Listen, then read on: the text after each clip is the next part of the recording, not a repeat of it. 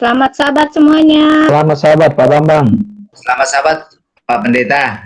Baik, kita akan mulai acara ibadah kebaktian kita di Jemaat El Shaddai. Marilah kita bersama-sama menyanyikan lagu buka Sekolah Sabat, lagu Sion, edisi lengkap nomor 230. Ajaiblah Yesus Juru Selamatku.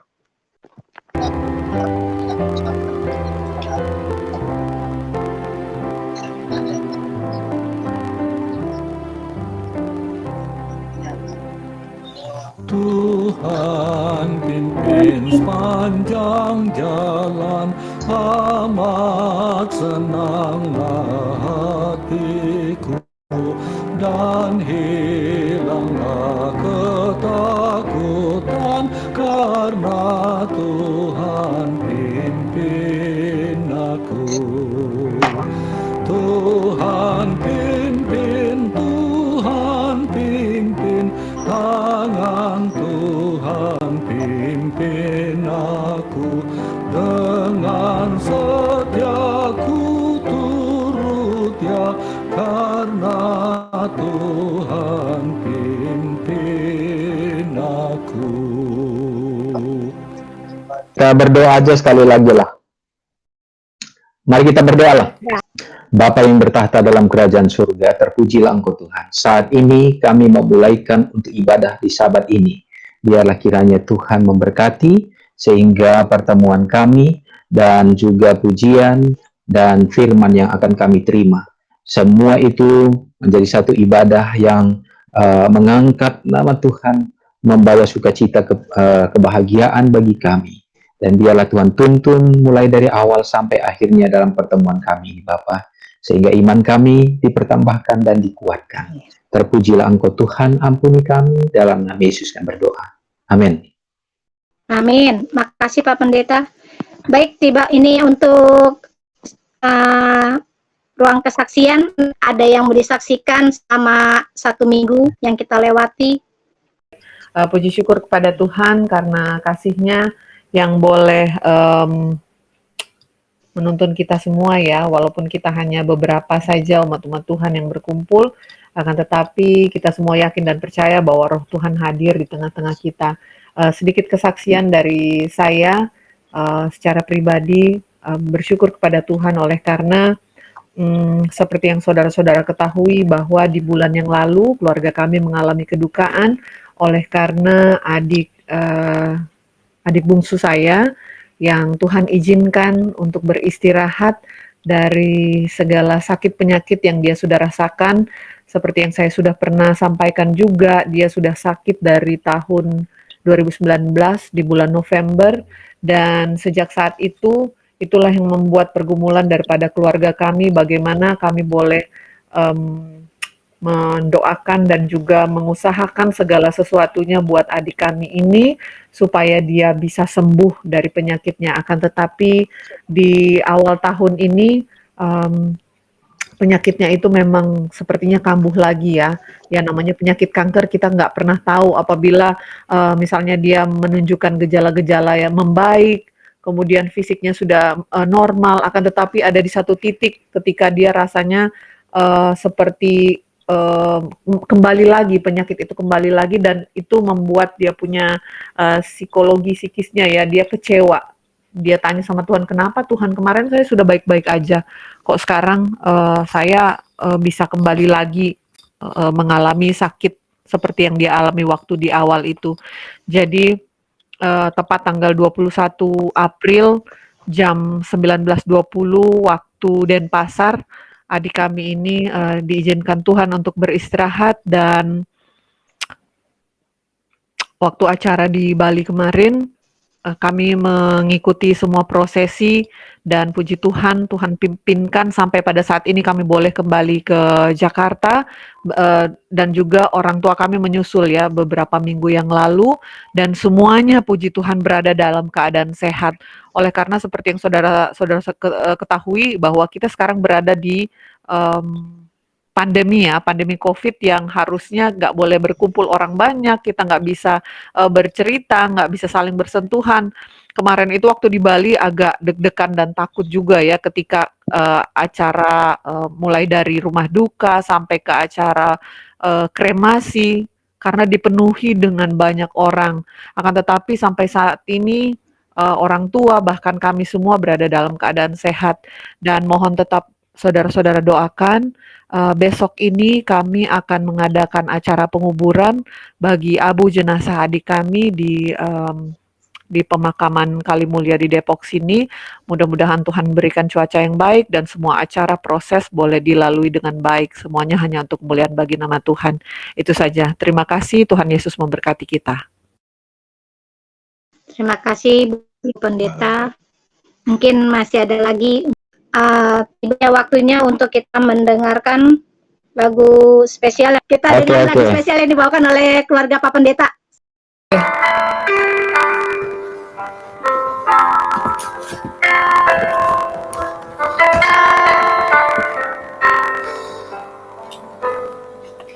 Waktu Tuhan bukan waktu kita. Jangan sesali keadaannya. Untuk semua pada waktu Tuhan, tetap setia mengandalkannya. Segala yang terjadi di hidupku, janji Tuhan menghidupiku selalu.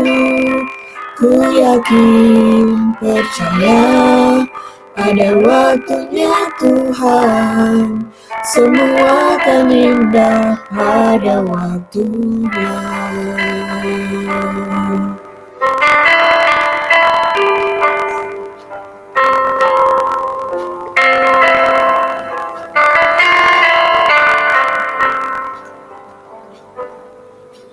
Waktu Tuhan bukan waktu kita. Jangan sesali keadaannya. Untuk semua pada waktu Tuhan, tetap setia mengandalkannya.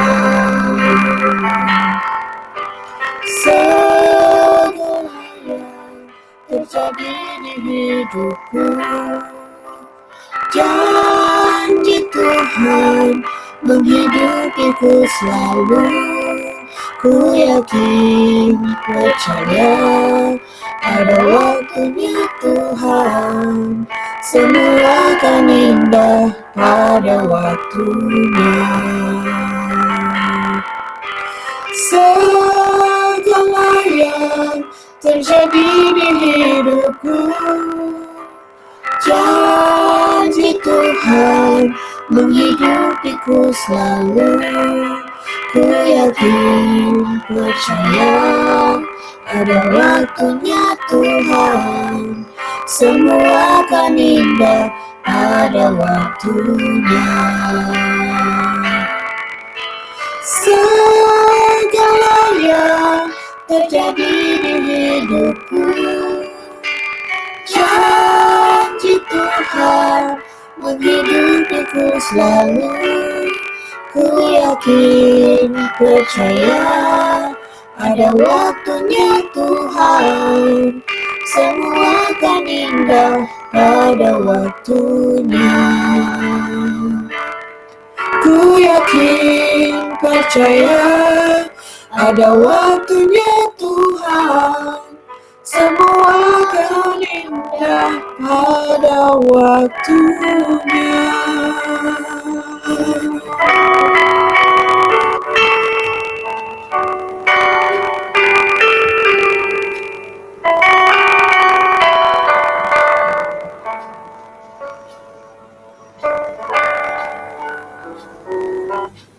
Amin.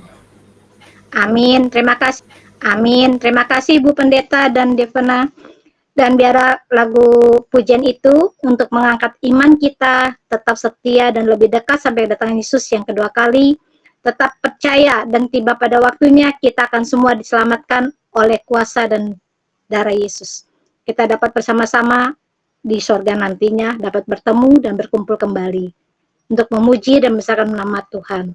Dan biarlah itu semua kita tetap setia dan percaya, yakin kepada Tuhan Yesus. Apapun segala pergumulan kita, permasalahan kita akan tetap, Tuhan akan memberikan yang terbaik kepada kita dan memberikan jawaban yang pasti untuk kita semuanya di Jemaat El Shaddai. Terima kasih sekali lagi Ibu Pendeta dan Fiona atas lagu pujiannya. Dan tiba pada saat ini kita akan mempelajari sekolah sahabat yang di waktu dan tempat dipersilakan. Samalah untuk pelajaran sekolah sahabat kita yang berjudul Tanda Perjanjian. Nah, saya pikir kita akan membahasnya bersama-sama karena kita sudah pelajari juga bersama-sama untuk pelajaran sekolah sahabat ini, yaitu bagaimana lanjutan daripada pelajaran kita yang lalu, yaitu bagaimana hukum-hukum perjanjian itu dinyatakan. Kemudian kita sudah tahu hukumnya yang mana, kemudian bagaimana juga itu harus tetap stabil, ya, karena perintah Tuhan itu tidak pernah berubah, dan sekarang ini yaitu satu bentuk tanda. Nah, berbeda dengan simbol, dikatakan dalam pelajaran kita ini tanda itu berbeda dengan simbol, ya, terutama dalam yang akan kita bahas secara khusus, yaitu tentang Sabat, ya. Kalau yang lalu ada janji-janji yang menjadi tanda-tanda yang lainnya juga. Sekarang ini tanda yang khusus yaitu tentang tanda Sabat itu. Nah, ayat hafalannya dikatakan begini, maka haruslah orang Israel memelihara hari Sabat dengan merayakan Sabat turun temurun menjadi perjanjian kekal. Oke. Turun temurun menjadi perjanjian kekal, ya. Nah, kalau kita membaca tentang pelajaran kita ini dan kita tahu, ya, ini gereja Masih Advent hari ke-7 adalah merupakan gereja yang dikenal dengan gereja yang beribadah pada hari Sabat, beribadah pada hari Sabtu. Dasarnya dari mana? Yaitu perintah Tuhan, ya, di dalam apa?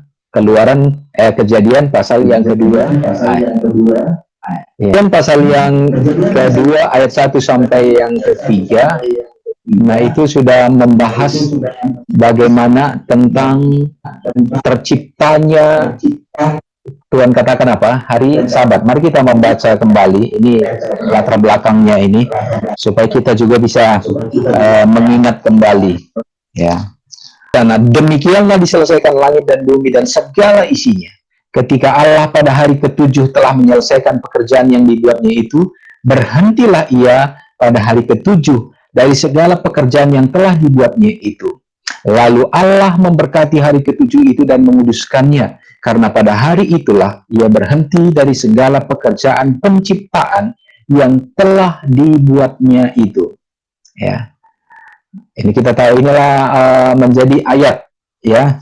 Walaupun pada saat penciptaan sudah dinyatakan bahwa pada saat manusia bersama dengan yang pertama adalah semua, yaitu langit dan bumi diciptakan oleh Tuhan, maka itu 6 hari sudah selesai, akan begitu, ya. 6 hari sudah selesai.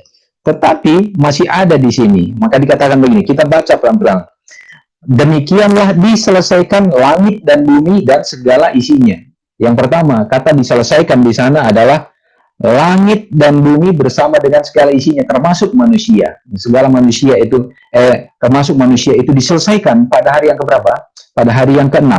Nah, ketika Allah pada hari ke-7 telah menyelesaikan pekerjaannya, nah ini, ya, jadi 6 hari sudah diselesaikan, tetapi 6 hari itu adalah penyelesaian terhadap apa? Langit dan bumi.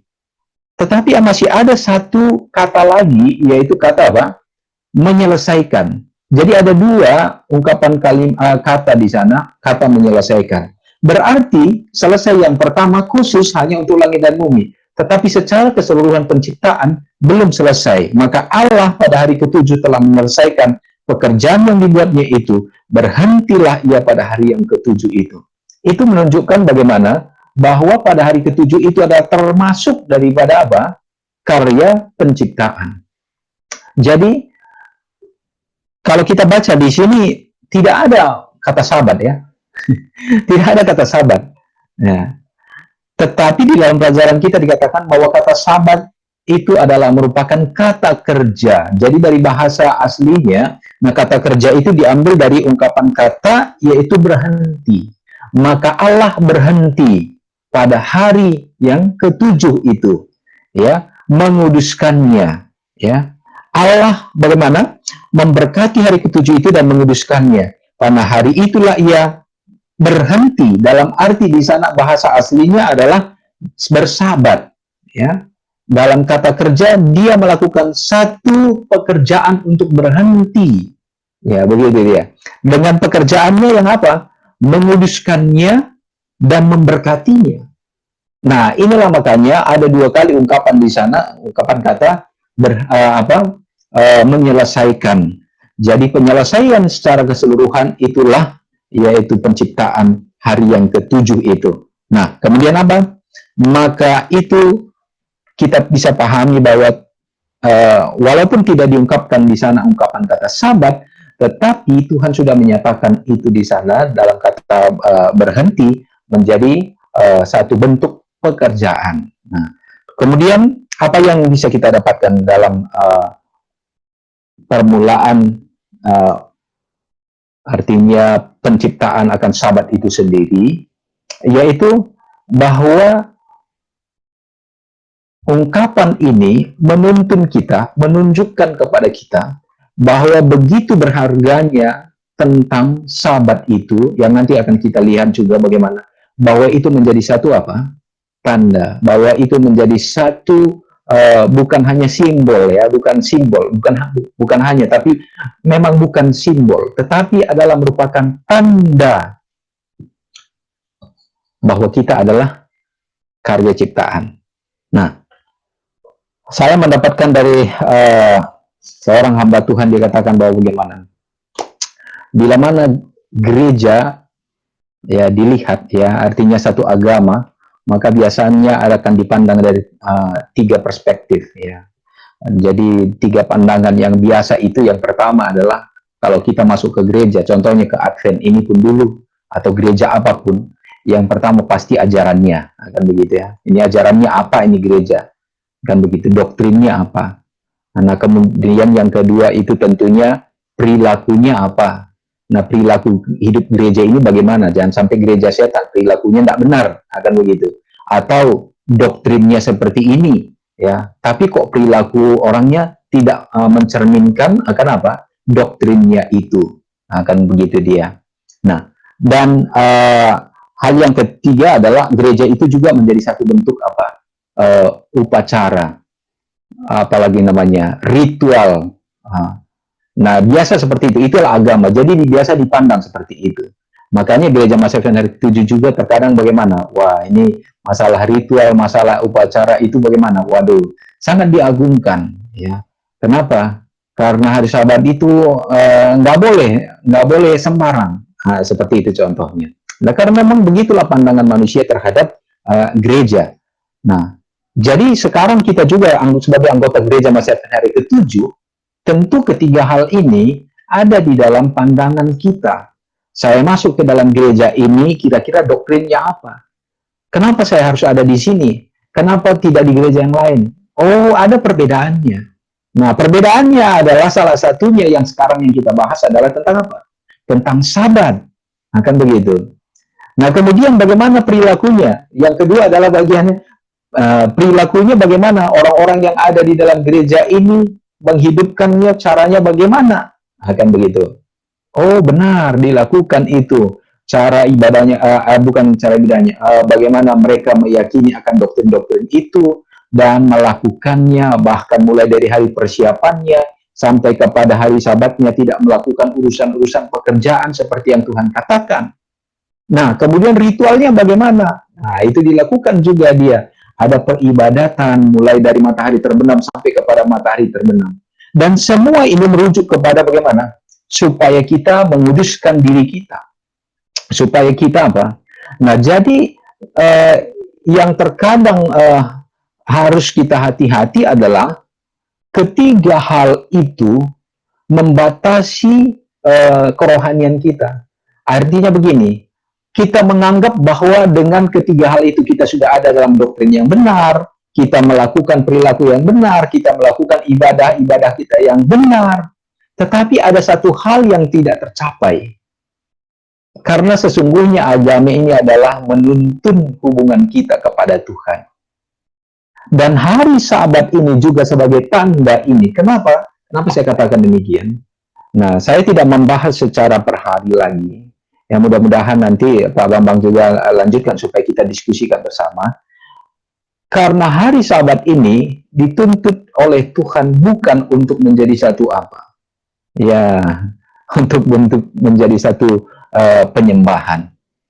Nah, inilah yang terjadi di bangsa Israel di dahulu kala yang kita pelajari.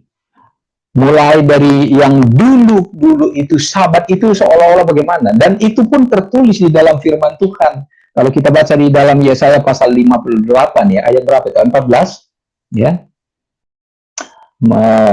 Maka apa yang dikatakan di sana? Ya. Di dalam Yesaya. Coba siapa yang bisa baca? Supaya kita dapatkan, kita tidak membahas per hari, tetapi kita mau ambil apa yang menjadi kebutuhan kita dari firman ini. Yesaya 58 ayat yang ke-14. Dikatakan begini. Apabila engkau tidak menginjak-injak hukum Sabat dan tidak melakukan urusanmu pada hari kudusku, apabila engkau menyebutkan hari Sabat, hari kenikmatan, dan hari kudus Tuhan, ya, dia di sana disebut dengan hari kudusnya. Hari kudus Tuhan itu adalah menunjukkan milik, ya, atau dies domini. Biasa itu bahasa aslinya itu. Dies domini, hari yang mulia. Jadi hari yang tidak bisa diganti, hari yang memang dimiliki hanya oleh Tuhan pemiliknya. Nah, seperti itu. Dan itu diberikan bagi manusia. Nah, apabila engkau menghormatinya, ya. Nah, di sini biasa orang salah juga, salah pemikiran ya. Maka dikatakan bagaimana apabila engkau menghormatinya. Ini orang Advent ini menghormati apa kira-kira maksudnya ini Pak ya? Sabatnya, ya dari kalimat ini seolah-olah menunjuk kepada menghormati Sabatnya. Jadi akhirnya Sabat itu menjadi yang disembah terkadang begitu ya. Padahal ya kalau di terjemahan apa namanya bahasa Inggrisnya itu diterjemahkan and shall honor him. Bukan bukan menghormatinya dalam arti di sini menghormati Sabat, tetapi menghormati him di situ adalah Allah. Ya. Jadi apabila kita menghormat tidak melakukan urusan kita pada hari Sabatku, di sana itu Tuhan, hari Sabat Tuhan, dan juga kita akan menikmati hari Sabat itu yang mana itu pemiliknya adalah dies domini, ya. Kemudian apalagi bahwa apabila engkau menghormati Tuhan, atas apa maksudnya begitu? Atas hari Sabat yang ditentukan itu. Jadi jangan mengkeramatkan hari Sabat. Nah, ini yang maksudnya di sini ya, karena sering dari ungkapan kalimat ini, wah ini hari Sabat ini, akhirnya di rumah itu bagaimana? Waduh, Sabat itu nggak bisa berbuat satu kekeliruan kesalahan, tetapi di hari yang lain, wah itu toleransi. Nah, karena hari Sabat itu seperti Tuhan jadinya, bukan seperti itu. Justru itu menuntun kita untuk menjadi apa? Menghormati Tuhan. Artinya Sabat ini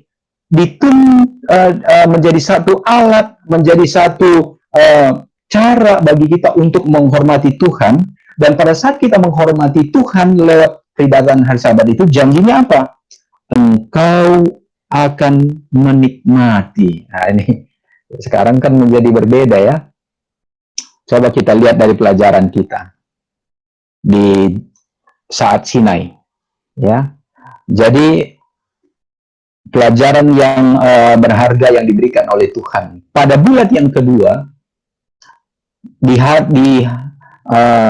hari yang ke-15 ya. Jadi bangsa Israel sudah melakukan perjalanan keluar dari Mesir, kemudian menyeberangi Laut Tebrau, kemudian mereka tiba di padang gurun padang gurun setelah setelah Laut Tebrau, maka apa yang terjadi diperhadapkan kepada mereka. Nah, ini biasa seperti itu. Kalau sebelum Laut Tebrau memang ada juga padang gurun, tetapi padang gurun ini kan nggak luas ya. Ya, mereka masih kenali wilayah itu.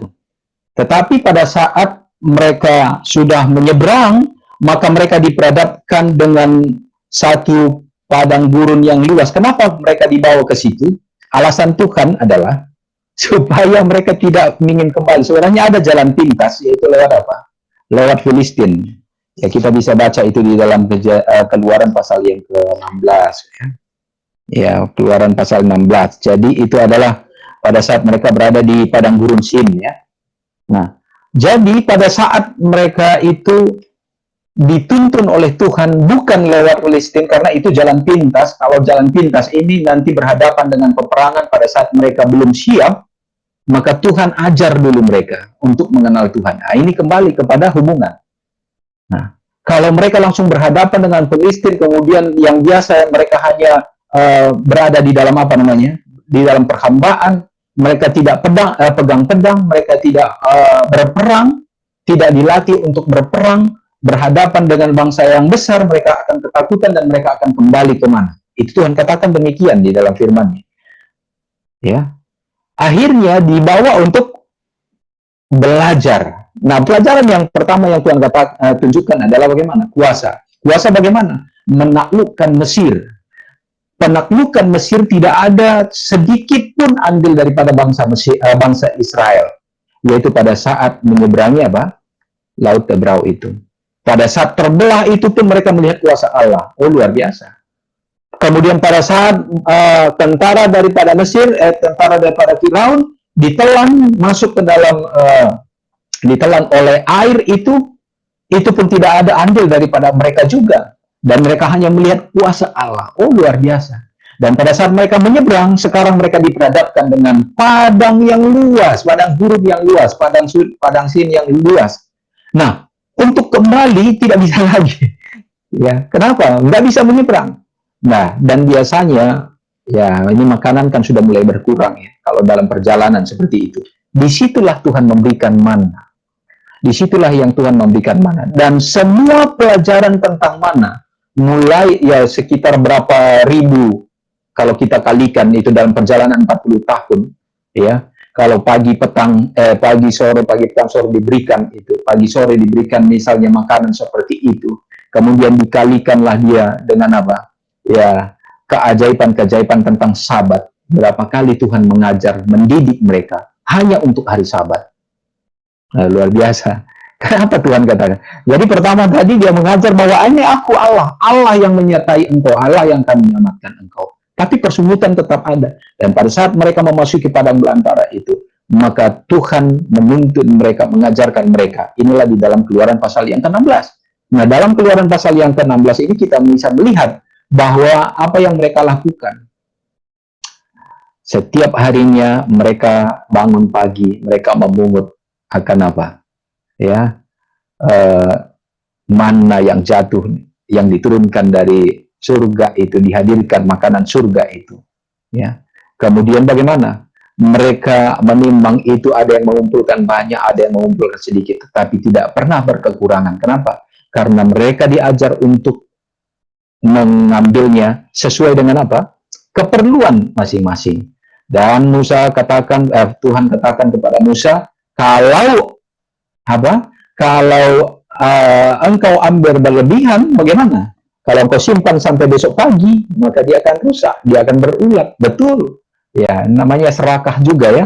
Serakah. Kita juga kalau baru tahu tentang makanan, waduh, gratis, waduh, itu kita lupa bertarak gitu. Kalau apapun yang namanya kalau udah gratis bagaimana? Waduh, segala sesuatu akan diinikan. Nah, padahal dengan tidak bertaraknya itu membahayakan. Tuhan mengajarkan pertarakan di situ. Ya, ambil sesuai kebutuhanmu. Ini manusia sekarang ini kan begitu ya. Didikan semuanya. Nah, dan pada hari Jumat, pada hari persiapan, apa yang Tuhan katakan? Ambil 2 kali lipat. Kan begitu. Ambil 2 kali lipat. Kenapa? Karena besok tidak turun. Nah, gitu. Tidak ada mana. Tuhan tidak akan hadirkan. Nah, sehingga melalui Musa dikatakan bahwa hari persiapan itu, maka bakarlah apa yang harus engkau bakar, masaklah apa yang engkau harus persiapkan, dan cukupkan untuk yang besok. Dan betul bahwa besoknya apa yang mereka pungut hari ini tidak berulat seperti pada saat yang lalu, pada saat mereka tidak percaya. Nah, dan jikalau pada kali pertama ada yang tidak percaya, dia hanya ambil secukupnya, besok pasti turun juga. Maka besoknya dia akan puasa, tapi puasa apa? Puasa terpaksa. Nah, tetapi inilah yang diajarkan Tuhan. Hari demi hari, dan pelajaran Sabat setiap tiba pada hari Sabatnya, itu menjadi pelajaran. Itulah yang ada di Sinai. Nah, semua ini dituntut untuk apa? Kesucian diri. Mungkin siapa yang bisa baca ini dulu? Mari kita baca di dalam Ibrani pasal yang ke-12 ayat 14. Ibrani ke-12 ayat 14. Karena memang Tuhan katakan seperti itu. Tapi kita mau lihat nanti, hati-hati ya. Ibrani pasal yang ke-12 ayat yang ke-14.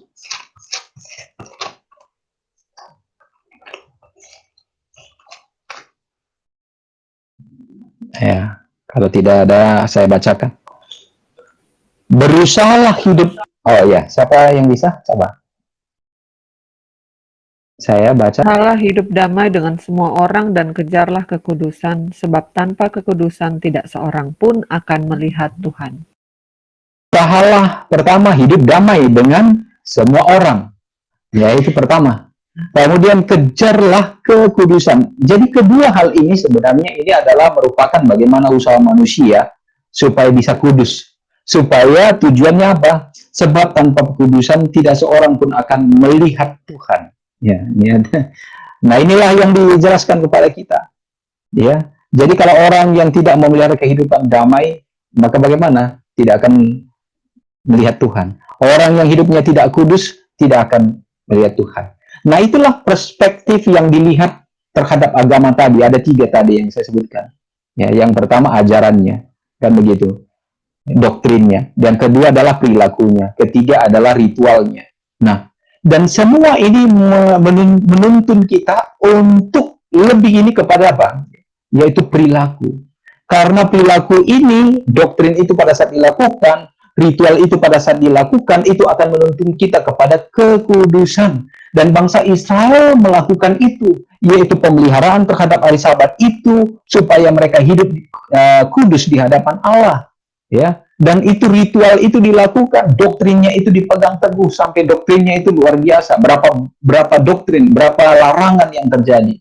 Makanya sekarang ini pun kalau kita lihat, waduh, hari Sabat, anak-anak terkadang bagaimana? Waduh, hari Sabat itu bukan menjadi hari yang kenikmatan, betul? Kenapa? Wah, larangan yang banyak. Nggak boleh beli-beli, nggak boleh jalan-jalan, nggak boleh ini, nggak boleh ini. Nah, seperti itu. Jadi menikmatinya udah nggak ada lagi. Nah, seperti itu. Kenapa? Karena manusia berusaha untuk kudus di hadapan Tuhan. Saya mau katakan, bisakah kita kudus di hadapan Tuhan? Sekarang kita hidup memelihara akan Sabatnya. Sabat yang kudus, Sabat yang suci. Kemudian kita akhiri itu, awali itu dari matahari terbenam sampai matahari terbenam sampai kepada matahari terbenam. Seperti Imamat pasal 23-32 katakan, itulah menjadi Sabat bagimu. Ya, itu karena itu adalah Sabat Tuhan Allahmu.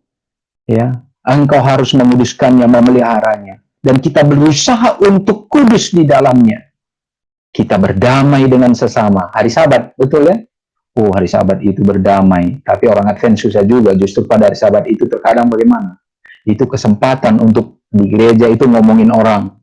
Ya, ngumpul ketemu ibu-ibu, anak-anaknya PA. Nah, ibu-ibunya duduk di bawah pohon di depan gereja. Nah, mulai berkelompok, kelompok 1, kelompok 2. Nah, terkadang pas potluck juga bagaimana? Waduh, potlucknya kudus, ya kan? Makanannya vegetarian, tapi mulutnya tidak vegetarian. Ya, kenapa? Karena ya tujuan hadir di gereja itu begitu. Dianggap pada saat datang ritual Sabat itu untuk menguduskan.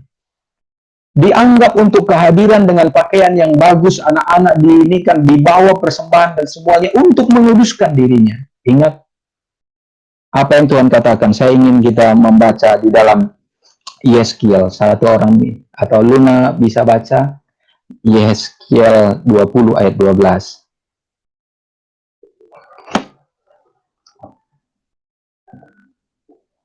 Yeskiel 20 ayat 12.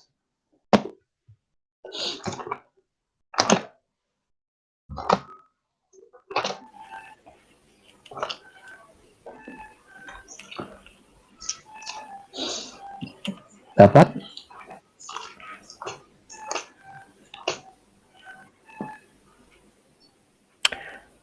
Hari-hari Sabatku juga kuberikan kepada mereka menjadi peringatan di antara aku dan mereka, supaya mereka mengetahui bahwa akulah Tuhan yang menguduskan mereka. Lihat ini, apa yang Tuhan katakan. Hari-hari Sabatku kuberikan kepada manusia, tetapi siapa yang menguduskan? Supaya mereka tahu, supaya kita tahu, manusia tahu bahwa akulah yang menguduskan. Jadi hati-hati. Kenapa? Karena ritual kita selalu kita gunakan untuk membuat diri kita kudus di hadapan Tuhan. Doktrin kita, dogma gereja, kita aminkan, ya, dan selalu menjadi satu kebanggaan, ya kan? Ada orang yang seperti itu, dia katakan bagaimana? Wah, itu menjadi kesaksian yang luar biasa. Seumur hidup, saya tidak bekerja pada hari Sabat. Nah, contohnya seperti itu. Dan itu menjadi kebanggaan baginya. Terus-menerus, dia saksikan itu di hadapan orang yang mungkin bekerja pada hari Sabat dan lain sebagainya. Tapi menjadi kesombongan. Dan itu dia anggap menyucikan dirinya. Padahal kita lihat dari ayat ini tadi katakan bagaimana. Hari Sabat itu diberikan supaya kita memahami bahwa Tuhan yang menguduskan kita. Bukan kita. Hati-hati, ini beda tipis sekali. Kita kadang tidak tahu bedanya lagi. Kenapa? Kita berusaha untuk membuat diri kita kudus di hadapan Tuhan. Nihil. Tidak akan pernah bisa. Dan justru sebenarnya Tuhan berikan ini Sabatnya kepada kita. Supaya kita tahu bahwa Tuhan menguduskan kita. Jadi itu yang bagaimana? Memang harus diterima dengan kerendahan hati. Ya, Sabat ini itu yang bisa membuat kita menikmati. Apa yang saya maksudkan? Dari ketiga hal yang tadi itu, kita apa yang tadi? Kita kehilangan hubungan dengan Tuhan. Jadi Sabat itu Tuhan jadikan adalah merupakan hubungan. Jadi dalam Kejadian pasal 2 tadi, Kejadian pasal 2 ayat 1 sampai 3 itu menuntun kita kepada apa? Yang pertama menyelesaikan tadi apa? Menyelesaikan pekerjaannya untuk menciptakan langit dan bumi. Nah, yang kedua apa? Menyelesaikan pekerjaannya untuk kerohanian manusia. Yaitulah hari ke-7. Dia berhenti pada hari Sabat. Tuhan mau supaya kita ada hubungan dengan Tuhan. Ya, begitu ya. Jadi hari Sabat itu bukan hari keluarga. Walaupun itu menjadi kita nikmati di dalam keluarga. Tuhan mau kita berbahagia dan keluarga. Tapi bukan sebagai hari keluarga, tetapi hari Tuhan. Hari Tuhan katakan itu adalah Sabatku, Sabat kudusku. Kuberikan supaya mereka tahu bahwa aku yang menguduskan. Hati-hati mendoktrinkan Sabat. Akhirnya menjadi apa? Sesat kita jadinya. Ya, terkadang kesucian Sabat itu kita nilai dengan bagaimana? Ya, kita hadir di dalamnya, kemudian apa? Ya, tetapi itu sebenarnya menjadi satu apa? Kalau kita katakan menjalin hubungan kita supaya di 6 hari berikutnya pun, 7 hari yang setelah itu lagi, maka kita memiliki energi.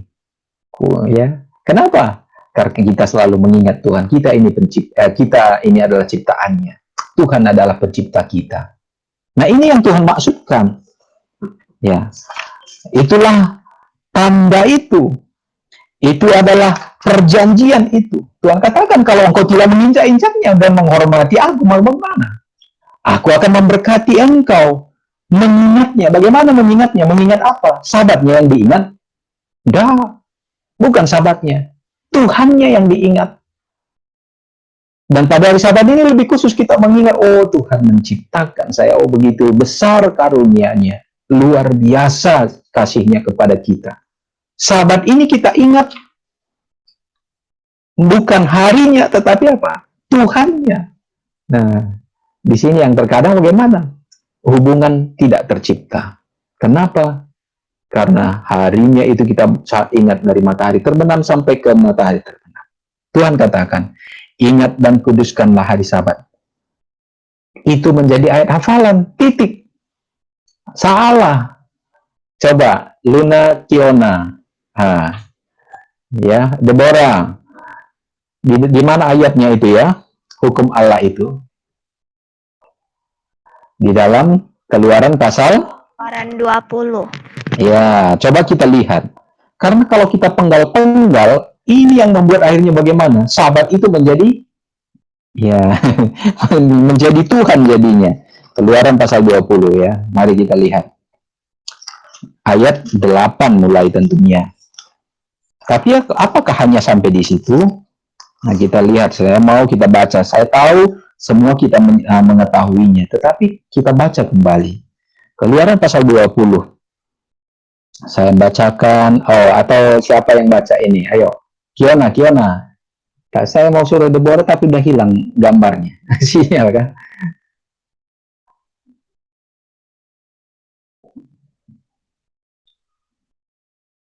Keluaran 20 ayat 8 mulai baca. Ingatlah dan kuduskanlah hari Sabat. Terus? Ayat 9. 6 hari lamanya engkau akan bekerja dan melakukan segala pekerjaanmu. Tetapi hari ketujuh adalah hari Sabat Tuhan Allahmu, maka jangan melakukan sesuatu pekerjaan, engkau atau anakmu laki-laki, atau anakmu perempuan, atau hambamu laki-laki, atau hambamu perempuan, atau hewanmu, atau orang asing yang di tempat kediamanmu. Ayat Sebab 11. 6 hari lamanya Tuhan menjadikan langit dan bumi, laut dan segala isinya, dan Ia berhenti pada hari ketujuh. Itulah sebabnya Tuhan memberkati hari Sabat dan menguduskannya. Ya, kenapa Tuhan memberkati dan menguduskan hari Sabat itu? Karena Dia sudah melakukan pekerjaannya, penciptaannya 6 hari yang lamanya, dan Dia memberkati pekerjaan yang terakhir yang Dia selesaikan, memberkati hari Sabat itu. Tujuannya apa? Supaya mengingat penciptaan itu, mengingat karya ciptaan itu, mengingat penciptanya, mengingat kita sebagai karya ciptanya. Itu yang Tuhan mau ada pada hari Sabat. Dan itu diperingati bukan sekali setahun, tetapi setiap hari Sabat, setiap kita muncul tiba pada hari yang ketujuh. Begitu pentingnya. Ya, kalau nggak kan cukup sekali setahun sajalah. Orang ulang tahun juga diperingati sekali setahun. Kan begitu. Ini enggak. Kenapa? Karena itu menjadi tantangan bagi kita. Kita membutuhkan hubungan dengan Tuhan. Coba bayangkan. Bangsa Israel harus diajar lagi. Kenapa? Karena sudah hilang dari ingatan mereka tentang Allah. Mereka tidak tahu lagi siapa Allah, siapa yang menciptakan mereka, siapa yang harus mereka sembah, siapa yang harus mereka yakini dan percaya. Sampai akhirnya 40 tahun di padang belantara untuk menuntun mereka, mengajar mereka. Nah, inilah tujuan mengingat ya dan memeliharanya.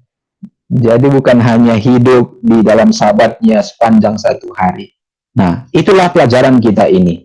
Jadi, dengan cara itu, maka Tuhan akan apa? Menyucikan kita. Memang pada saat kita hadir dan kita berbakti pada Sabat itu menjadi apa? Hubungan kita untuk mengenal Tuhan. Dengan secara tidak langsung, maka kita sedang berada di dalam apa?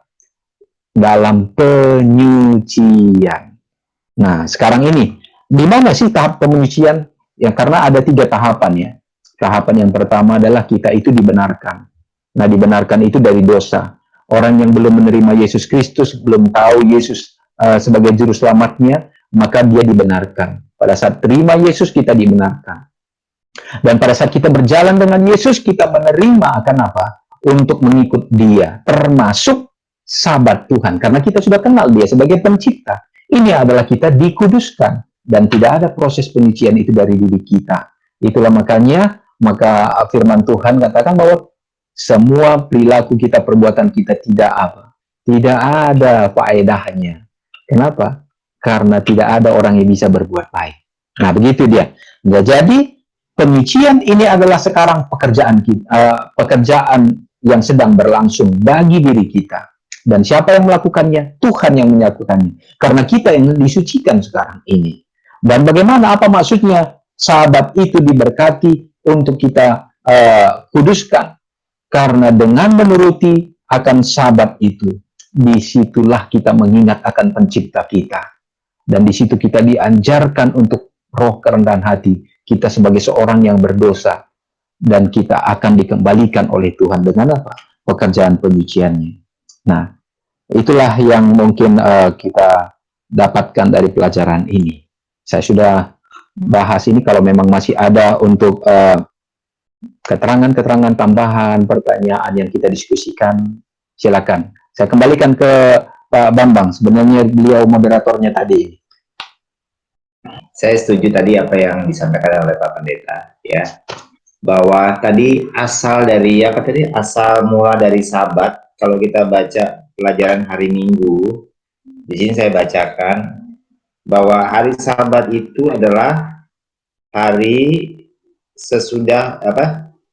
Allah dalam kasih-Nya meminta laki-laki dan perempuan pada hari sesudah penciptaan untuk bersekutu dalam perhentian, mendirikan satu persekutuan yang intim bersama Dia yang dalam gambarnya mereka telah diciptakan. Jadi mendirikan satu persekutuan yang intim bersama dengan Dia.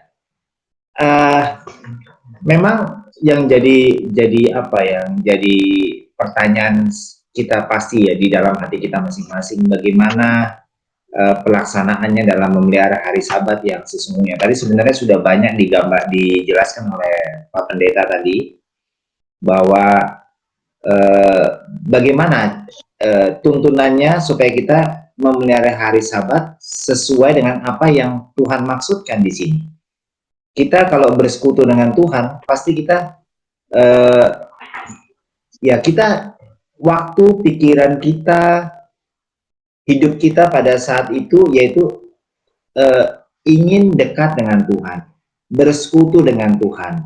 Kalau saya gambarkan di sini ya, kalau kita biasa waktu dulu kita masih muda, malam Minggu itu kan, dimana kita bisa bertemu dengan kekasih kita pada malam Minggu ya. Jadi anak muda mengunjungi kekasihnya atau ngapel pada malam Minggu ya kan. Coba pada waktu kita dekat-dekat pada malam Minggu, saat dimana kita harus ngapeli pacar kita ya kan, itu pasti sudah kita tunggu-tunggu tuh sejak hari Senin, Selasa, Rabu, Kamis. Nah pada saat kita bersama dengan pacar kita, kekasih kita, apa kita bicarakan yang lain? Tentunya tidak kan. Tentunya kita tidak. Pasti yang kita mau dengar suara pacar kita, kekasih kita, ya. Pokoknya kita cuman maunya berdua aja sama dia. Kemana-mana berdua aja. Pokoknya khusus itu. Nah ini yang dimaksud dengan di situ ya. Jadi dalam memelihara hari Sabat, makanya Tuhan bilang tadi dalam buku Yesaya itu, kalau kita menganggap hari Sabat sebagai hari kenikmatan, ya hari kenikmatan. Disitulah intinya, hubungan kita kepada Tuhan. Kita merasa enjoy, kita merasa nikmat, ya. Jadi kalau sesuatu misalnya sekarang ini, apakah dalam pemeliharaan hari Sabat kita sudah betul atau tidak? Nah inilah, kita bisa introspeksi diri, kita bisa mengevaluasinya begini. Ada pertanyaan pada pelajaran hari Minggu dikatakan begini, pertanyaannya seperti ini, kita tanyakan pada diri kita. Jika seseorang bertanya kepada Anda, bagaimana pemeliharaan Sabat menguntungkan hubunganmu dengan Tuhan? Nah, bagaimana jawaban kita?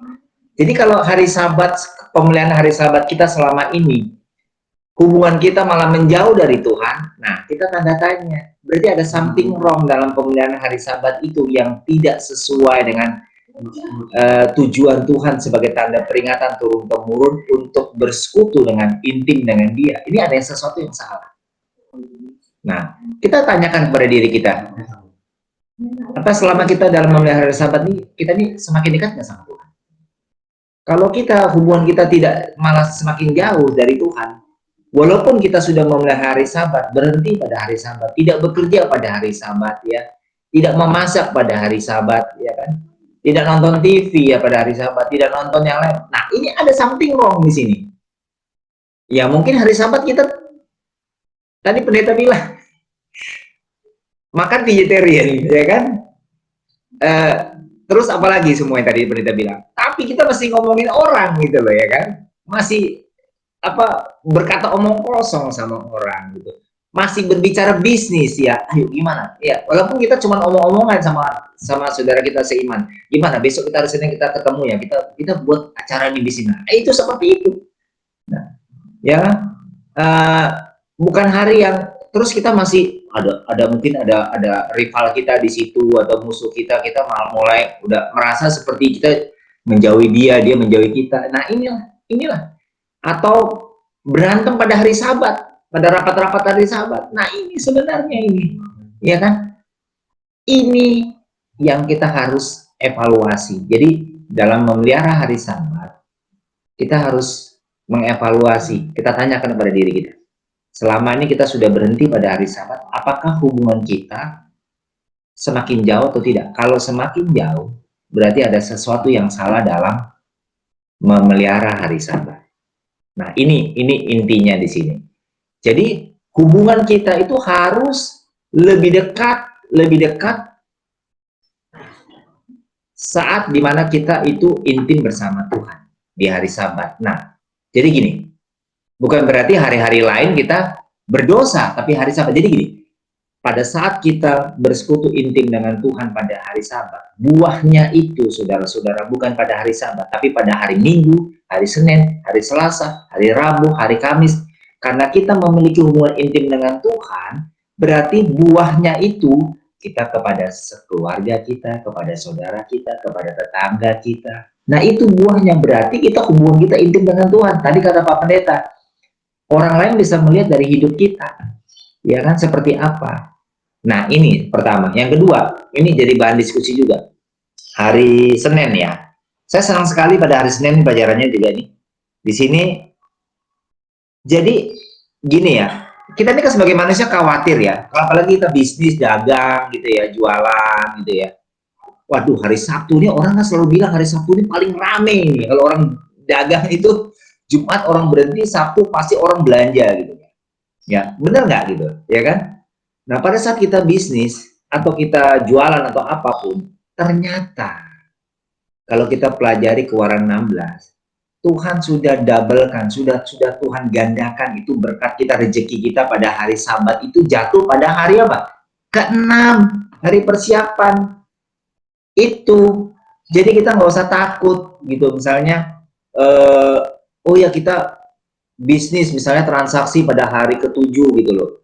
Jangan kita coba untuk tadi tidak bersekutu dengan Tuhan. Kita merasa rugi, akhirnya kita lakukan juga pada hari Sabtu. Padahal sebenarnya rezeki, berkat itu Tuhan sudah doublekan itu pada hari persiapan. Coba kita baca Keluaran 16 nanti di rumah masing-masing, kita hayati di situ ya.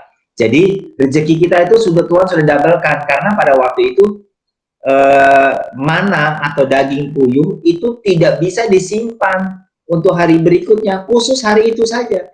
Hanya hari persiapan, hari Jumat. Kita bisa doublekan memang untuk persiapan hari Sabat, karena tidak akan ada mana tidak turun pada hari Sabat. Nah, begitu ya. Jadi kalau kita tetap kerja pada hari Sabat, kita bisnis pada hari Sabat, kita ngomong-ngomong ke orang tentang hari Sabat, kita berbuat sesuatu yang tidak tidak ada kaitan dengan hubungan dengan Tuhan, tidak ada berkat di situ. Sudah tidak ada lah ya. Jadi seperti itu. Kemudian ada lagi nih. Nah, tadi ya saya sudah bilang tidak ada mana yang diberikan pada hari Sabat. Kemudian, nah ini tadi yang tadi saya sudah sampaikan. Bagian yang dibutuhkan untuk hari Sabat yang disiapkan pada hari ke-6 tidak rusak. Sementara pada hari yang lain mana tidak dapat disisakan untuk hari berikutnya. Jadi kalau kita mau persiapan pada hari ke-6 ya, kita masak, kita apa gitu ya, jangan takut ya. Kita makanan kita tidak akan busuk, tidak akan rusak. Tapi kita juga berhikmat ya gitu. Kita juga belajar juga mana kira-kira makanan yang nanti nggak bisa awet sampai kepada hari besok gitu. Bukan berarti kita kan mencobai Tuhan ya kan. Artinya Tuhan memberikan kita hikmat, pengetahuan supaya dalam mempersiapkan makanan pada hari ke-6 yang untuk hari esok itu tidak bau, tidak busuk dan seperti itu ya kan. Nah, itulah yang berikutnya. Ada 6 pertanyaan di sini ya. Apakah hari persiapan untuk hari Sabat? Ya hari ke-6, ya kan? Hari apakah hari Sabat dalam pekan? Hari ke-7. Koreksi saya pendeta ya, nanti koreksi kalau saya ada yang salah. Dari mana hari Sabat berasal? Yaitu dari Tuhan tadi kan. Sebagai hari Tuhan buat untuk supaya kita bersekutu intim dengan Dia dan sebagai tanda peringatan tadi bahwa kita mengakui bahwa Tuhanlah pencipta segala sesuatu. Kemudian, apakah hari Sabat adalah hari puasa? Nah, ini dia nih. Kalau saya lihat pada Keluaran 16, sepertinya nggak ada yang berpuasa ya pendeta. Tapi banyak orang yang berpuasa pada hari Sabat. Nah, ini saya nggak tahu ya. Tolong nanti pendeta jelaskan ini. Ya, dengan pertanyaan ini, apakah hari Sabat merupakan hari puasa, ya kan? Terus kalau berpuasa, apa gimana? Berkat kalau nggak berpuasa bagaimana? Tolong nih pendeta dijelaskan ya. Kalau saya baca di koran tidak berpuasa ini, ya. Bisa kalau berpuasa hari-hari yang lain nih. Mohon dikoreksi pendeta. Apakah hari Sabat adalah ujian kesetiaan kepada Allah? Saya jawab iya, tapi nggak tahu benar atau salah. Demikian pendeta. Mungkin pendeta bisa jawab. Tadi ada pertanyaan pendeta. Terima kasih. Sekarang ini lebih banyak orang berpatokan bahwa mengikut Tuhan Yesus, tapi tidak tahu mengenai hari Sabat. Ini yang menjadi permasalahan bagi kita pada saat ini. Jadi mereka lebih suka mengikut Tuhan Yesus, tapi tidak tahu Tuhan Yesus yang mana. Ini yang menjadi masalah bagi kita di dalam penginjilan. Jadi Tuhan Yesus lebih sering diartikan pada hari Minggu. Itu aja. Terima kasih. Oke, baik. Memang doktrin yang tertinggi adalah Yohanes 3:16 ya. Dan itulah yang dipegang oleh Kristen. Yang memang manusia karena begitu besar kasih Allah kepada manusia, kepada dunia ini ya, maka Ia mengaruniakan anaknya yang tunggal kepada dunia ini. Memang tidak disebutkan di sana untuk yang pemelihara hari Sabat ya. Jadi itulah yang membuat bahwa Yesus itu yang paling utama, seperti itu. Memang betul yang paling utama. Tapi kan pada saat kita mengimani, pada saat Yesus katakan ikutlah aku, kemudian kita mengikut Dia, nah itulah Yesus pun menguduskan hari Sabat. Yesus pun menghormati hukum-hukum Allah. Dan Yesus juga mengatakan bahwa turutilah hukum-hukum Allah. Nah, seperti itu. Nah, jadi mengikut Yesus itu ya harus mengimani, berarti mengikuti semua yang dilakukan Tuhan, semua yang Dia perintahkan. Nah, seperti itu. Nah, problemnya bahwa ada yang lain sudah menggantikan itu. Nah, padahal seperti tadi Pak Untur katakan bahwa tidak ada firman Tuhan katakan tidak akan ada firman yang diubah. Nah, dalam hal inilah kita tidak menghakimi, tetapi begini, bahwa masih banyak domba-domba Allah yang di luar kandang, dalam arti bagaimana? Mereka belum mendapatkan pekabaran, belum sampai kepada mereka. Tetapi kita harus percaya bahwa Roh Allah sedang bekerja Jadi jangan sampai kita yang sudah ada dalam pengetahuan dan iman yang kita terima secara hukum lebih besar, lebih banyak yang kita imani, kemudian itu menjadi satu kesombongan rohani dalam hidup kita. Nah, itu harus kita pegang, karena tanggung jawab kita juga sekarang ini untuk bagaimana itu menjadi satu kenikmatan. Nah, untuk bagaimana supaya penurutan kita terhadap hukum itu adalah merupakan hasil daripada karya iman, bukan usaha. Nah, kalau kita lakukan dengan usaha, maka seperti yang tadi, kita berusaha untuk membuat diri kita kudus. Nah, sementara orang yang sedang berada di luar yang belum mengetahui Sabat ini, contohnya belum menerimanya, ada satu saat, ada satu titik, di kemudian hari mereka percaya. Kenapa? Karena mereka bersandar kepada Tuhan. Untuk apa? Mencari hal yang benar. Nah, jadi Roh Tuhan sekarang ini bekerja bagi setiap orang. Nah, selain daripada itu, Tuhan meminta kita juga untuk menjadi apa? Co-worker, ya, rekan sekerja daripada Allah. Dia katakan, pergilah ke seluruh dunia, ya, beritakanlah, kabarkanlah. Dan itulah menjadi bahagian kita yang sudah tahu. Dan kalau kita tidak melakukan, lihat, ini juga menjadi alat penghakiman bagi kita nantinya. Ya, bagaimana engkau sudah tahu, engkau sudah percaya, tapi engkau tidak nyatakan, engkau tidak lakukan. Nah, itulah, ini tanggung jawab kita lagi di sana. Jadi, marilah kita lakukan dengan kerendahan hati. Hari Sabat ini adalah merupakan bahagian, tanda yang Tuhan buat. Tetapi penyembahan yang sesungguhnya adalah kepada Tuhan kita, Yesus kita yang menjadi apa? Juru selamat. Ya, itu aja Pak. Baik, pada saat ini saya hanya ingin memberikan satu pengingat saja kepada kita. Apa sesungguhnya yang perlu kita dapatkan dari pelajaran itu? Kenapa gereja kita melakukan itu? Nah, seperti itu dia. Ya, karena orang tua ini ada hubungannya dengan kita tentunya ya. Ya, kalau pemazmur katakan bahwa orang tua itu memiliki apa arti bagi turunannya. Nenek moyang kita itu adalah merupakan apa? Ya, garis bagi kita untuk kita bisa mengikut.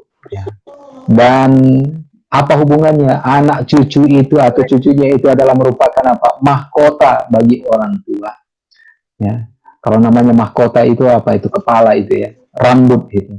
Nah, itulah makanya orang tua ini ya harus dijaga. Dengan cara bagaimana? Kita yang ada ini, turunannya ini, anak-anaknya ini harus menjaga mahkotanya. Nah, kan biasa seperti itu dikatakan. Wah, anak siapa itu? Nah, wah, anaknya si Anu, anaknya keluarga si Anu. Wah, kalau misalnya seperti Luna dan Kiona, contohnya ya, baik di pandangan masyarakat, baik di pandangan gereja, maka yang itu menjadi kehormatan bagi orang tuanya. Nah, tapi sebaliknya, kalau anak-anaknya ini misalnya, anak siapa itu? Aduh, di mana-mana bikin ribut saja. Nah, itu justru menjadi apa? Membuat yang tidak baik bagi kehormatan daripada orang tua. Nah, itulah satu ikatan. Nah, selebihnya bagaimana supaya anak-anak ini menjadi baik juga? Itu adalah tanggung jawab kita juga, orang tua. Baik orang tua kita yang sudah melakukan tanggung jawabnya di masa yang lalu, dan kita yang sekarang ini menjadi orang tua yang di kemudian hari akan juga menjadi lanjut usia. Nah, itu yang harus menjadi tanggung jawab kita, perhatian kita sekarang ini. Ya, bagaimana supaya di kemudian hari masih ada ungkapan yang bagaimana? Waduh, anak-anak kita katakan bagaimana? Waduh, orang tua kita dulu sudah ajarkan seperti ini. Orang tua kita dulu sudah nyatakan seperti ini. Nah, dan harus menjadi apa? Harus tetap dikenang, harus tetap diingat, dan itu dilakukan. Nah, itulah tentunya menjadi doa kita. Sehingga orang tua kita yang sudah lanjut usia tetap Tuhan berkati, dituntun di dalam apa? Dalam kehidupan mereka. Demikian juga yang kita yang sekarang ini yang akan menjadi orang tua di kemudian hari, yang akan jadi lanjut usia, Tuhan juga berkati supaya dimampukan untuk mendidik, membina akan anak-anak kita sekarang ini. Dan bila mana nanti mereka menjadi mahkota-mahkota dalam kehidupan kita, maka mereka juga menjadi mahkota yang baik bagi orang tua mereka. Ya, itu menjadi doa kita. Pada siang Sabat ini saya hanya membawakan satu pelajaran pendek kepada kita. Saya tidak membagikan slide lagi, tetapi biarlah kita belajar dari apa itu. Nah, apa kira-kira hubungannya ini yang saya bawa ini dalam Lukas pasal 19 ayat 1 sampai 10. Ini adalah tentang Sakeus ya. Ya, pada saat itu saya bacakan. Lukas 19 ayat 1 sampai 10. Yesus masuk ke kota Yeriko dan berjalan terus melintasi kota itu. Di situ ada seorang yang bernama Sakeus, kepala pemungut cukai, dan ia seorang yang kaya. Ia berusaha untuk melihat orang apakah Yesus itu, tetapi ia tidak berhasil karena orang banyak, sebab badannya pendek. Maka berlarilah ia mendahului orang banyak, lalu memanjat pohon ara untuk melihat Yesus yang akan lewat di situ. Ya, itulah cerita daripada Sakeus sampai ayat yang keempat. Ya, tema pelajaran kita, renungan kita pada saat ini, bagaimana kita upah daripada berharap kepada Tuhan. Nah, orang-orang tua kita juga tentu dulu kehidupannya berharap kepada Tuhan. Nah, saya kaitkan ini di sini bahwa Lukas tuliskan Sakeus ini adalah seorang yang seorang orang tua. Kenapa saya katakan orang tua? Dia sudah memiliki keluarga, memiliki rumah, bahkan dia seorang pemungut cukai. Tentu ya, kalau sudah menjadi kepala ini sudah orang yang sudah lanjut usia nih. Artinya sudah mulai sudah mau dekat-dekat pensiun biasanya itu. Karena nggak ada yang muda langsung menjadi kepala, kecuali dia pemilik perusahaan itu. Dia sudah beranjak dari tingkat yang rendah, semakin meningkat karirnya, akhirnya menjadi seorang kepala. Nah, dan itu biasanya diikuti dengan usia. Saya mau katakan bahwa di puncak daripada kejayaannya, di puncak daripada usia, dan biasanya orang-orang yang sudah semakin tua, dia akan semakin menyadari apa fungsi kehidupan saya. Seperti Rabu malam yang lalu kita berbicara tentang seorang yang kaya raya, seorang yang hebat, luar biasa. Tetapi pada saat diperhadapkan dengan kematian, bagaimana dia memikirkan apa arti hidupnya itu. Nah, tidak diceritakan tentang seperti itu kepada Sakeus, tetapi bisa kita lihat bahwa Sakeus pun sebenarnya memikirkan tentang kehidupannya. Ya, apa arti hidupnya itu? Ya, apa arti hidup saya? Itu yang dipikirkan oleh Sakeus, saudaraku. Sehingga pada saat itu, pada saat di kantornya, kenapa? Karena dia berada di Yeriko ini, kemudian dia adalah seorang kepala dari pemungut cukai.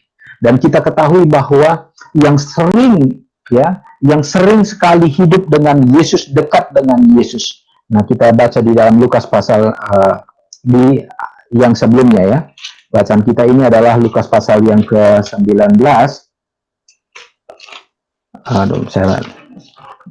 Tetapi yang di sebelumnya, maka diceritakan bahwa yang sering hadir dalam pertemuan dengan Yesus adalah orang-orang yang berdosa, ya, dan yaitu para pemungut cukai, ya. Jadi para pemungut cukai ini selalu dekat dengan dengan Yesus, ya. Dan orang-orang yang berdosa. Nah, ini para pemungut cukai. Sementara ini kepalanya pemungut cukai. Dalam arti bagaimana? Apakah sering boloskah mereka ini untuk mendengar Yesus? Saya pikir. Karena Yesus berjalan di sana, mereka menyempatkan. Kalau dekat dengan wilayah mereka. Nah, para pemungut cukai ini kan biasa seperti di pasar contohnya ya. Ada di bagian-bagiannya mereka. Nah, jadi mereka itu dan akan nanti baru di store, dibawa ke kantor utama. Nah, pada saat pertemuan di kantor itu saya percaya, maka para pemungut cukai ini, anak-anak buah daripada Sakeus ini bagaimana? Oh, membicarakan pertemuan mereka dengan Yesus. Membicarakan bagaimana keajaiban-keajaiban yang Yesus lakukan. Dan membicarakan bagaimana Yesus yang rendah hati yang menerima mereka. Dan dari bilik kantornya dia mendengarkan itu. Dan selalu, mungkin ya dia malu juga ya. Kenapa? Karena mereka ini disejajarkan dengan orang yang berdosa. Apalagi dia sebagai seorang kepalanya. Tentu dia sangat malu untuk bertemu langsung dengan orang-orang di luar sana. Mungkin dia tanya-tanya juga itu ke anak-anak buahnya. Siapa sih Yesus itu? Maka pada saat Yesus dikatakan berkunjung ke Yeriko, dia tidak tahan lagi. Dia harus bertemu. Dia harus bisa melihat Yesus. Apa kerinduannya? Ia berusaha, ayat yang ketiga dikatakan dalam Lukas 19. Ia berusaha untuk melihat orang apakah Yesus itu. Ya, orang apa sih Yesus itu? Kok hebat sekali ceritanya. Kok banyak sekali hal-hal yang luar biasa. Tapi problemnya apa? Badannya pendek, ya kan begitu ya. Nah, pada saat badannya pendek ini apa maksudnya? Secara kerohanian, jangan sampai begini, saudaraku. Kita juga memiliki kerinduan untuk melihat Tuhan kita, tetapi ada kekurangan di dalam kehidupan kita yang membuat kita tidak bisa melihat Yesus. Nah, kan gitu. Tidak bisa memandang kepada Kristus. Nah, orang-orang tua kami, ya, oma, opa, orang tua kita yang mungkin tidak bersama dan kita juga. Ya, terkadang mereka juga di dalam masa puncak usia mereka selalu ingin bisa melihat Yesus, lebih mengenal lagi bagaimana sih tentang Kristus ini. Tetapi terkadang bagaimana? Ketidakberdayaan oleh karena ada kekurangan. Nah, kekurangan ini bagaimana? Membuat mereka terkadang, karena misalnya orang tua, tidak bisa bergereja lagi, akhirnya putus asa, sepertinya saya tidak dekat dengan Tuhan dan lain sebagainya. Ya. Orang tua terkadang misalnya nggak bisa lagi bergerak leluasa, akhirnya bagaimana? Menganggap itu menjadi satu kekurangan yang tidak membuat mereka bisa mengenal Tuhan. Tapi lihat Sakeus, apa yang dikatakan? Maka berlarilah ia mendahului orang banyak, lalu memanjat pohon ara. Ya, saya rindu saudara di rumah membaca ya, buka dalam Lukas 19. Ayat yang keempat katakan, maka berlarilah ia mendahului orang banyak, lalu memanjat pohon ara untuk melihat Yesus yang akan lewat di situ. Jadi dia pelajari, ini Yesus ini arah mana, ini jalan besarnya, ini pasti lewat sini. Kemudian dia mendahului, berlari dia mendahului. Kira-kira mungkin malu kali ya, orang tua, ya, karena dia sudah anak buahnya ada di sana itu, anak-anak buahnya. Sedangkan saya berpikir begini, ini secara nalarnya saja ya. Kenapa Sakeus bisa pada saat itu keluar dari kantornya untuk mencari Yesus? Karena anak-anak buahnya juga yang biasa bertemu dengan Yesus sudah keluar semua. Ya, anak-anak buahnya yang biasa berbicara dengan Yesus sudah bagaimana? Sudah tahu bahwa Yesus akan datang, sudah bersama-sama dalam rombongan itu. Dan tentu itu menambah apa? Keingintahuannya. Dan akhirnya bagaimana? Dia berlari, saudaraku, mendahului rombongan itu. Nah, saya percaya bahwa pada saat dia berlari itu, ini menunjukkan bagaimana satu kerinduan, saudaraku. Ya, mungkin waktu dia bertemu dengan Yesus di dalam kerumunan itu, dia juga coba-coba untuk nyelinap, lompat-lompat, tetapi tidak bisa. Ya, mungkin hanya lihat sedikit-sedikit, tapi dia tidak puas. Bagaimana lagi? Ya, akhirnya bagaimana? Dia pergi untuk mencari akal. Jadi, kalau kita memiliki misalnya kelemahan, kita memiliki kekurangan, keterbatasan, dan lain sebagainya, kita membutuhkan kerinduan yang lebih dalam. Ya, artinya bagaimana? Tuhan, saya ada kelemahan, saya ada kekurangan. Tetapi kerinduan tidak pernah surut. Sama seperti apa, Sakeus? Harus kerinduan tetap lebih apa? Kemampuan saya tidak ada lagi, Tuhan. Tapi bagaimana? Kerinduan tidak boleh dibatasi. Dan pada saat kerinduan ada, Tuhan memberikan akal. Tuhan berikan kebijaksanaan. Dia memandang ke depan. Ada pohon. Kemudian dia pergi ke sana. Saudaraku, itu luar biasa. Siapa yang memanjat pohon itu? Kepala pemungut cukai. Emang kepala pemungut cukai masih pintar panjat pohon? Kalau yang muda bisa lah. Ini bayangkan. Kenapa dia mesti memanjat pohon? Karena pohon itu harus tinggi memang. Iya, kalau pendek ngapain dipanjat? Dan kalau dia pendek, dia malu memanjat pohon itu. Kenapa? Dia nanti kelihatan. Dia berusaha juga supaya tidak kelihatan. Kan malu, masa kepala pemungut cukai sampai manjat-manjat pohon. Dia tinggalkan semua pikiran-pikiran yang seperti itu. Yang penting dia memiliki kerinduan untuk melihat Yesus itu. Dia panjat itu, saudaraku. Ya. Ditambah lagi dengan latar belakangnya selain daripada dia pemungut cukai. Kalau di dalam Lukas 15 ya, ayat 1 sampai ayat 1 dan 7 ya. Saya ingin baca. Ini yang digenapi kepada siapa? Kepada Sakeus. Kita lihat. Siapa yang biasa bertemu dikatakan 15 ayat 1-nya, para pemungut cukai dan orang-orang berdosa biasa datang kepada Yesus untuk mendengarkan dia. Tetapi apa yang tergenapi di ayat yang ke-7? Nah, nanti kita akan lihat apa yang dikatakan. Aku berkata kepadamu, demikian juga akan ada sukacita di sorga, karena satu orang berdosa yang bertobat, lebih daripada sukacita karena 99 orang benar yang tidak memerlukan pertobatan. Yesus katakan bahwa kerinduannya untuk pertobatan semua manusia itu begitu luar biasa. Makanya dia katakan bagaimana? Satu saja bertobat sukacitanya luar biasa. Satu saja, melebihi daripada yang 99 yang sudah tidak memerlukan pertobatan. Ya.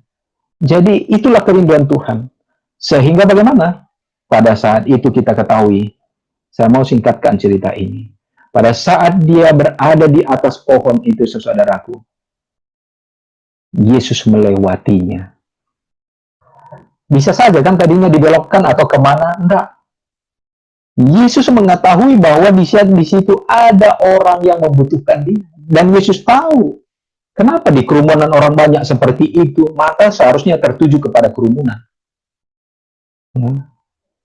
Tetapi justru Yesus berhenti di bawah pohon itu dan memandang ke atas dan melihat Zakheus. Nah, pada saat Yesus memandang ke atas itu, saudaraku, semua orang juga memandang. Kenapa dia melihat ke atas? Akhirnya ketahuanlah, bukan hanya Yesus yang memandang, tapi semua orang memandang Zakheus. Waduh, mungkin orang ada yang ketawa, orang yang mungkin ini dan sebagainya. Tapi pada saat Yesus katakan, Zakheus, turunlah. Hari ini, aku akan menumpang di rumahmu. Wow, ini luar biasa. Kata itu membuat orang terdiam. Dan kata itulah yang sangat luar biasa yang tidak pernah diduga oleh Zakheus. Dia hanya rindu untuk melihat, tetapi justru sekarang ini Yesus katakan akan menumpang di rumahnya. Ya. Di mana dia menumpang, saudaraku? Di tempat yang terkutuk. Di mana itu? Di Yeriko. Kota Yeriko adalah kota yang pernah dikutuk oleh Yosua. Kota Yeriko yang dikatakan tidak akan terbangun. Dan kota Yeriko ini dipandang adalah tempat orang-orang yang apa? Orang-orang yang berdosa. Itulah tempatnya siapa? Tempatnya Zakheus.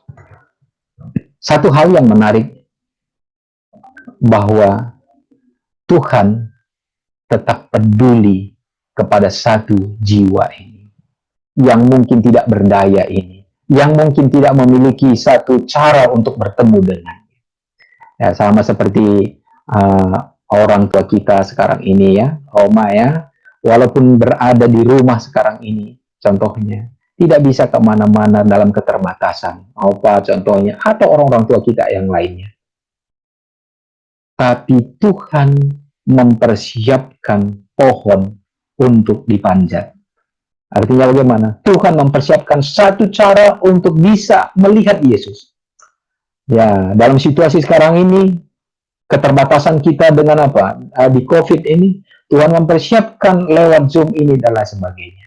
Banyak cara yang Tuhan buat supaya kita tetap bisa melihat daripada Yesus Kristus. Tapi apakah ada kerinduan kita untuk melihat Tuhan? Atau tidak? Ketika Yesus sampai ke tempat itu dikatakan di ayat 5, saya baca ulang. Melihat, kemudian ia melihat ke atas dan berkata, Zakheus, segeralah turun, sebab hari ini aku harus menumpang di rumahmu. Ya. Kota Yeriko adalah kota yang terakhir yang dikunjungi oleh Yesus sebelum 1 minggu ke depan dia akan disalibkan.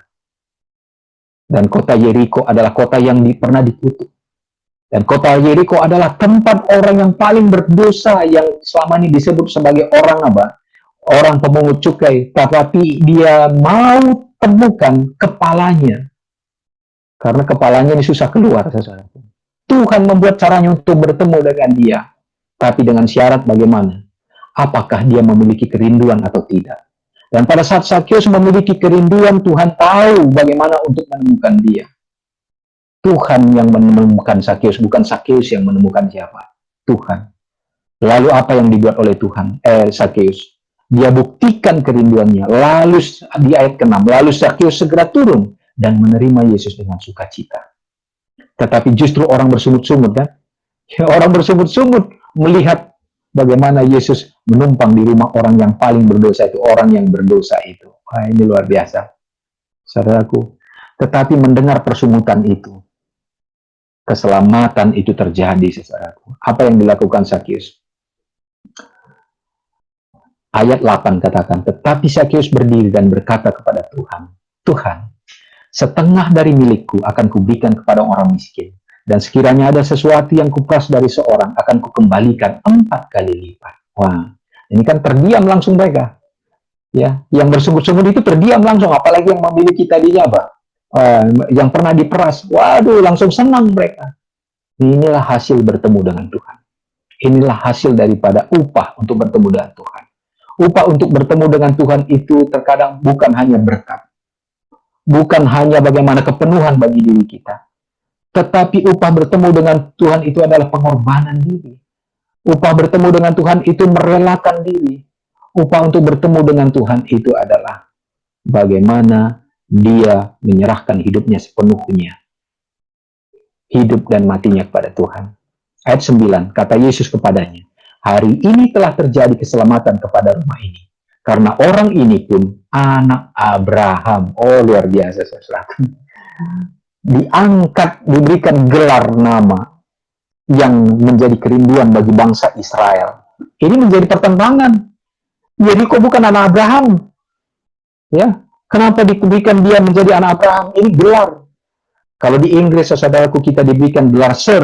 Ya, Sir apa begitu dia. Oh, itu gelar kerajaan. Jadi kalau sudah diberikan gelar itu, maka dia sudah punya apa? Gelar sebagai seorang bangsawan. Nah, ini satu hal yang dirindukan. Gelar apa yang tidak dimiliki oleh Sakeus sebagai kepala pemungut cukai? Hebat dia. Ya, kalau mungkin secara pendidikan dia hebat dia. Karena secara status dia tinggi, secara kekayaan dia hebat. Gelar apa yang dia perlukan lagi? Nggak ada kalau secara dunia. Tetapi Tuhan memberikan satu gelar kepadanya. Karena orang ini pun anak Abraham. Sekarang saudara dan saya memiliki gelar apa? Apa yang kita rindukan mendapatkan gelar? Di dunia ini begitu banyak gelar, pendidikan dan lain sebagainya. Tetapi alangkah bahagianya. Tuhan katakan, berbahagialah engkau. Ya, ungkapan Allah dalam kata berbahagia. Karena engkau akan disebut anak-anak Allah. Wah, itu luar biasa. Kalau kita memelihara kehidupan kita untuk suci. Ya. Kalau kita menjadi anak-anak Tuhan yang setia, maka bukan hanya anak Abraham, tetapi anak-anak Allah. Kenapa Sakeus dikatakan anak-anak Abraham? Anak-anak yang layak pelajaran kita tadi ya. Untuk mendapatkan apa? Untuk mendapatkan berkat Abraham. Ayat 10. Dia buktikan itu. Ya. Ayat 10. Yesus membuktikan apa yang dia katakan di dalam Lukas pasal 15 ayat ke-7 tadi. Bahwa satu jiwa yang hilang yang paling berdosa itu sangat dirindukan oleh Tuhan. Bahkan melebihi daripada 90 yang tidak memerlukan pertobatan. Ayat 10 dikatakan, sebab anak manusia datang untuk mencari dan menyelamatkan yang hilang. Siapa yang hilang di sana? Ya, Sakeus. Sekarang ini siapa yang hilang? Saudara dan saya. Kita yang hilang sekarang ini. Tetapi kita hilang ini bagaimana? Harus memiliki kerinduan. Kita harus mengembek kalau seperti domba, kambing. Supaya terdengar dari embekan itu bahwa kita membutuhkan Tuhan. Kita memerlukan Tuhan. Yeremia 17 ayat 7 ayat inti kita. Diberkatilah orang yang mengandalkan Tuhan, yang menaruh harapannya pada Tuhan. Matius 11 ayat 28 katakan begini. Marilah kepadaku, semua yang letih lesu dan berbeban berat. Aku akan memberikan kelegaan kepadamu. Saudaraku, itu yang harus menjadi bahagian kita. Mari kita hidup di dalam Tuhan. Mari kita memiliki kerinduan kepada Tuhan. Mencari Dia terus-menerus. Orang-orang tua kita yang sudah lanjut usia, dalam kelemahan-kelemahan yang ada, Tuhan akan menjangkau dengan caranya. Tapi milikilah selalu kerinduan untuk tetap setia kepada Tuhan. Dan juga kita sebagai anak-anak, mari kita berusaha untuk membuat sesuatu yang baik orang-orang tua sekarang ini. Supaya di masa yang akan datang, pada saat kita juga menjadi lanjut usia, maka bagaimana? Kita juga akan menjadi apa? nenek moyang yang patut untuk diteladani, dicontoh, sehingga turunan kita menjadi mahkota yang indah pada saat mereka akan hidup di dalam Tuhan juga. Kiranya Tuhan memberkati kita. Amin. Amin. Amin. Amin. Amin. Terima kasih kepada Pak Pendeta. Amin. Amin. Amin. Amin. Terima kasih kepada Pak Pendeta yang sudah membagikan renungan. Lagu tutupnya, lagu tutup khotbah, Laksion 407 dari edisi baru ya Pak.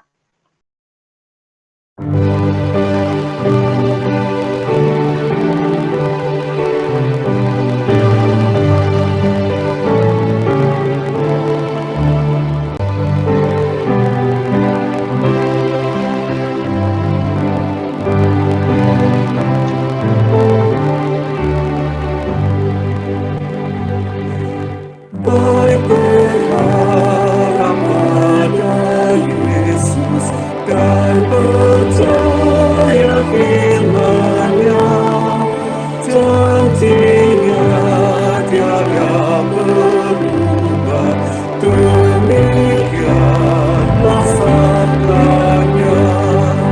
Yesus, Yesus Maha Kasih, ku tahu Dia setia.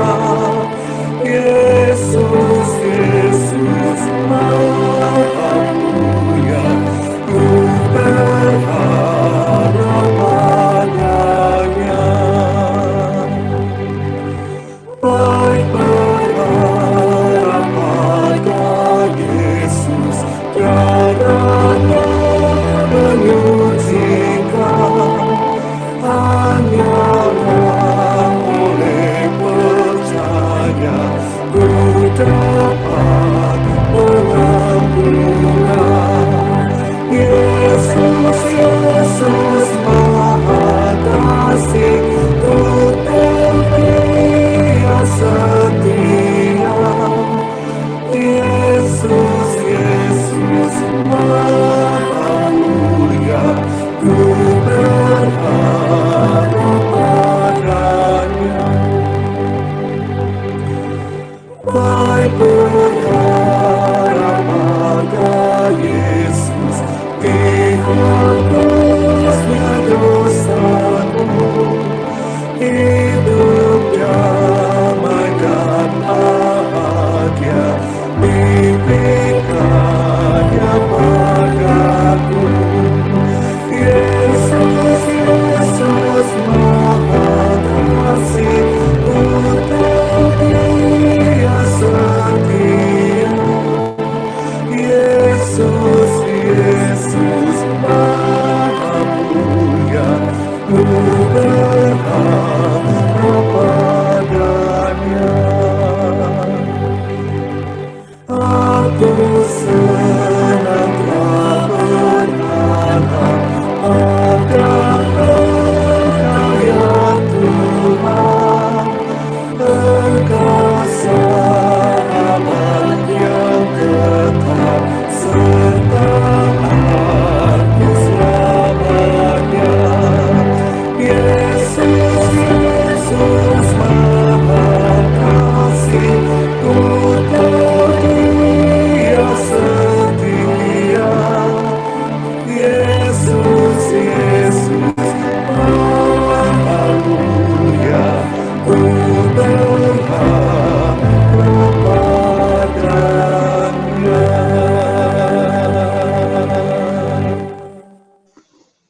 Tutup yang dilayangkan oleh Pak Pendeta Adrian Ginting. Waktu dan tempat dipersilakan. Mari kita sama-sama berdoa. Bapa yang bertahta di dalam kerajaan surga, terpujilah Engkau ya Tuhan. Pada hari Sabat yang kudus ini, kami umat-umat Tuhan kembali hadir bersama-sama bersekutu untuk memuji dan memuliakan nama Tuhan. Kami sudah berdiskusi lewat pelajaran firman Tuhan. Biarlah itu menuntun kami untuk hidup menuruti segenap firman Tuhan, mengasihi Tuhan ya Bapa, sehingga kami akan dituntun dan dijadikan menjadi kudus di hadapan-Mu. Kami berdoa juga pada saat ini untuk semua rangkaian acara yang kami lakukan, puji-pujian yang kami bawakan. Kiranya itu akan dapat menjadi kemuliaan kepada Tuhan saja, Bapa.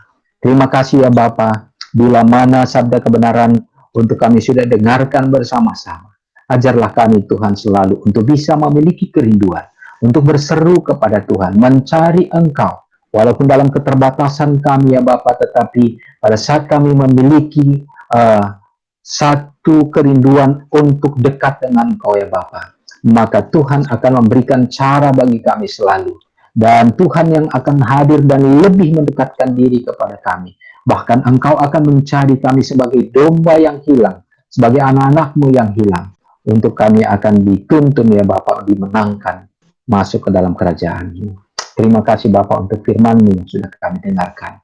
Hari ini pun kami berdoa secara khusus bagi orang-orang tua kami yang sudah lanjut usia. Tuhan memberkati, baik di jemaat kami ada Bapak Gautama bersama dengan Oma. Tuhan memberkati mereka ya Bapak.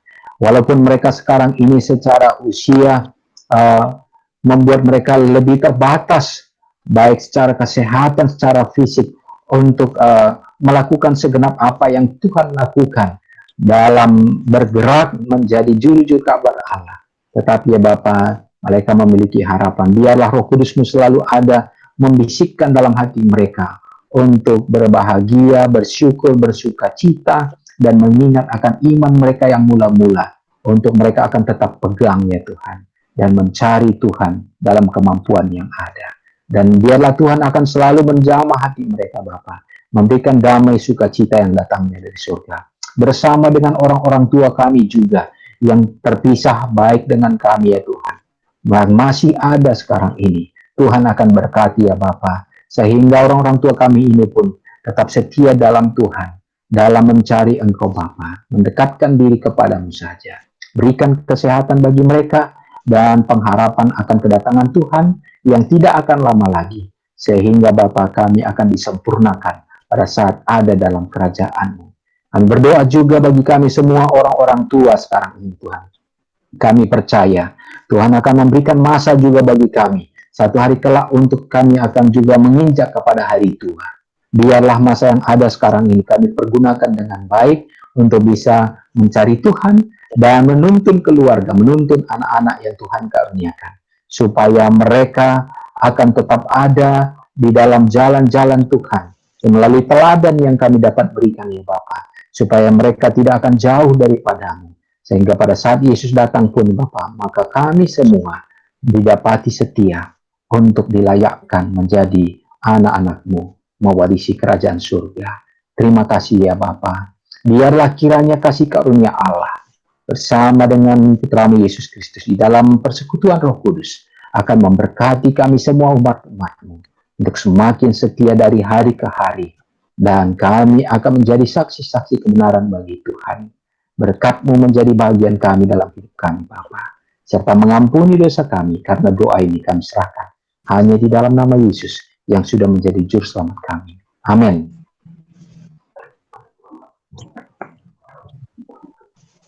Amin.